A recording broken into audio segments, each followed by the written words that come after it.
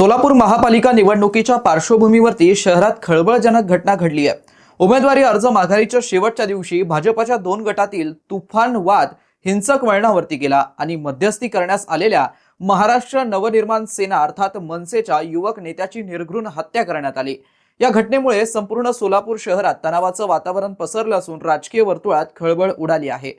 पोलिसांनी परिसरात मोठा बंदोबस्त तैनात केलाय आणि पुढील अनुचित प्रकार टाळण्यासाठी सतर्कता वाढवण्यात आली आहे। चला तर जाणून घेऊया नेमकं काय घडलंय, कसं घडलंय, कुणामुळे घडलंय आणि कुणी घडवलंय, जाणून घेऊया आजच्या या व्हिडिओमध्ये। नमस्कार, मी अक्षय, आपण बघत आहात गोष्ट छोटी डोंगरा एवढी। चला तर सुरू करूया। महापालिका प्रभाग क्रमांक 2 मधील उमेदवारी अर्ज माघारीच्या प्रक्रियेदरम्यान दोन विरोधी गट आमने सामने आले। प्रभाग 2 मध्ये भाजपची अधिकृत उमेदवार शालन शिंदे या रिंगणात होत्या, तर भाजपच्याच रेखा सरवदे यांनी बंडखोरी करत स्वतःचा उमेदवारी अर्ज भरला होता। भाजप आमदार विजयकुमार देशमुख यांचे पुत्र किरण देशमुख हे देखील याच प्रभागातून निवडणुकीत उभे असल्याने संपूर्ण पॅनल बिनविरोध निवडून आणण्यासाठी भाजप नेते प्रचंड प्रयत्न करत होते। रेखा सरवदे यांनी अर्ज मागे घ्यावा म्हणून त्यांच्या कुटुंबियांवरती वरिष्ठ भाजप नेत्यांकडून दबाव टाकला जात असल्याचा आरोप आहे। याच कारणातून शिंदे आणि सरवदे गटामध्ये तणाव वाढत गेला। अर्ज माघारीच्या अंतिम दिवशी या दोन गटांमध्ये जोरदार वादावादी आणि राडा झाला। या वादाचं रूपांतर हळूहळू हिंसाचारात झालं। संतप्त कार्यकर्त्यांनी भाजप नेते शंकर शिंदे यांचा जोशी गल्ली येथील संपर्क कार्यालयाची तोडफोड केली। परिस्थिती हाताबाहेर जात असल्याचं पाहून पोलिसांनी हस्तक्षेप करून बंदोबस्त वाढवला। मात्र तरी देखील दोन्ही बाजूतील कार्यकर्ते आमने सामने आले आणि परिस्थिती नियंत्रणाबाहेर गेली।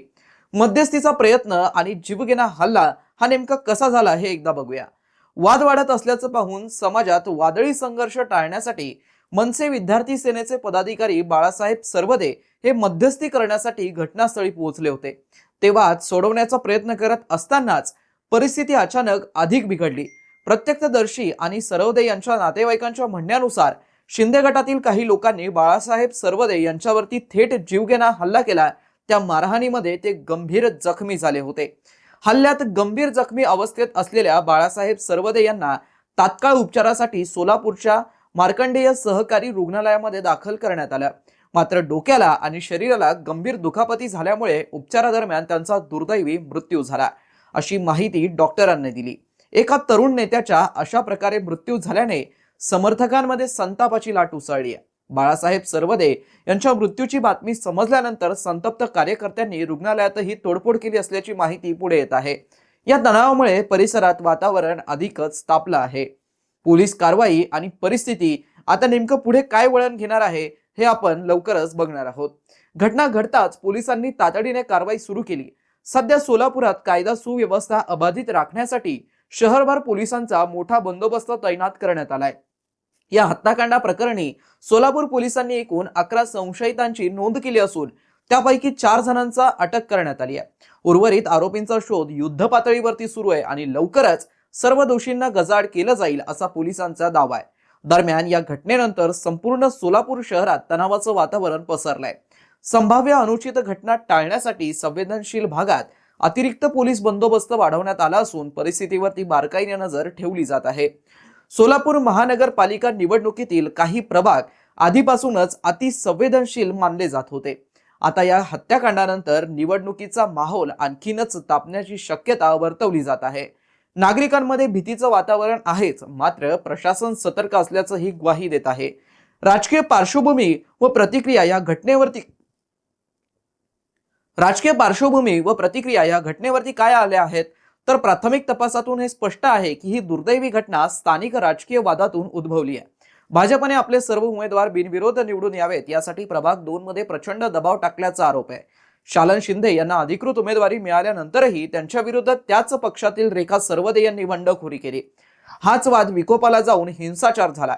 या संपूर्ण वादात प्रभाग 2 मधील भाजपचे माजी नगरसेवक शंकर शिंदे यांची ही भूमिका लक्ष वेधून घेणारी ठरली।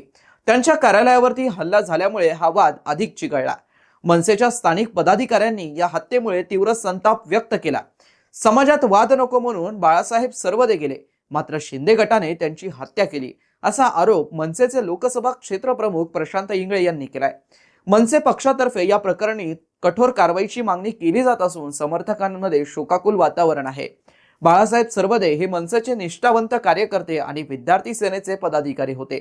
स्थानिक राजकारणात त्यांची चांगलीच ओळख होती. अशा नेत्याचा राजकीय वादात बळी गेल्याने मनसे कार्यकर्ते आक्रमक होत असून त्यांनी दोषींवरती खुनाचा गुन्हा दाखल करून कडक शिक्षा करण्याची मागणी केली आहे. दरम्यान या प्रकरणावरती विरोधी पक्षांनी सत्ताधारी भाजपवरती टीकेची झोड उठवली आहे. शिवसेना उद्धव बाळासाहेब ठाकरे पक्षाचे खासदार संजय राऊत यांनी महायुती सरकारवरती गंभीर आरोप केले आहेत. सरकारी यंत्रणेचा पूर्ण गैरवापर केला जातो आहे. लोकशाहीच्या नावाखाली झुंडशाही सुरू झाली आहे, अशी टीका संजय राऊत यांनी उमेदवारी अर्ज माघारी प्रकरणावरून केली आहे.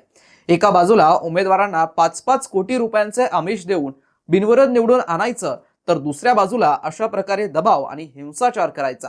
ही लोकशाही नसून सरळ सरळ गुंडशाही आहे, अशा शब्दात संजय राऊत यांनी राज्य सरकारवरती हल्लाबोल केलाय.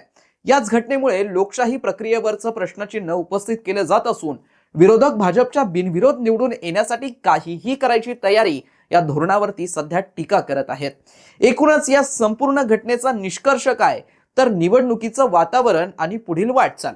सोलापूरमधील या घटनेचे स्थानिक राजकारणातील तणाव किती वाढला आहे हे स्पष्टपणे आता दिसतच आहे.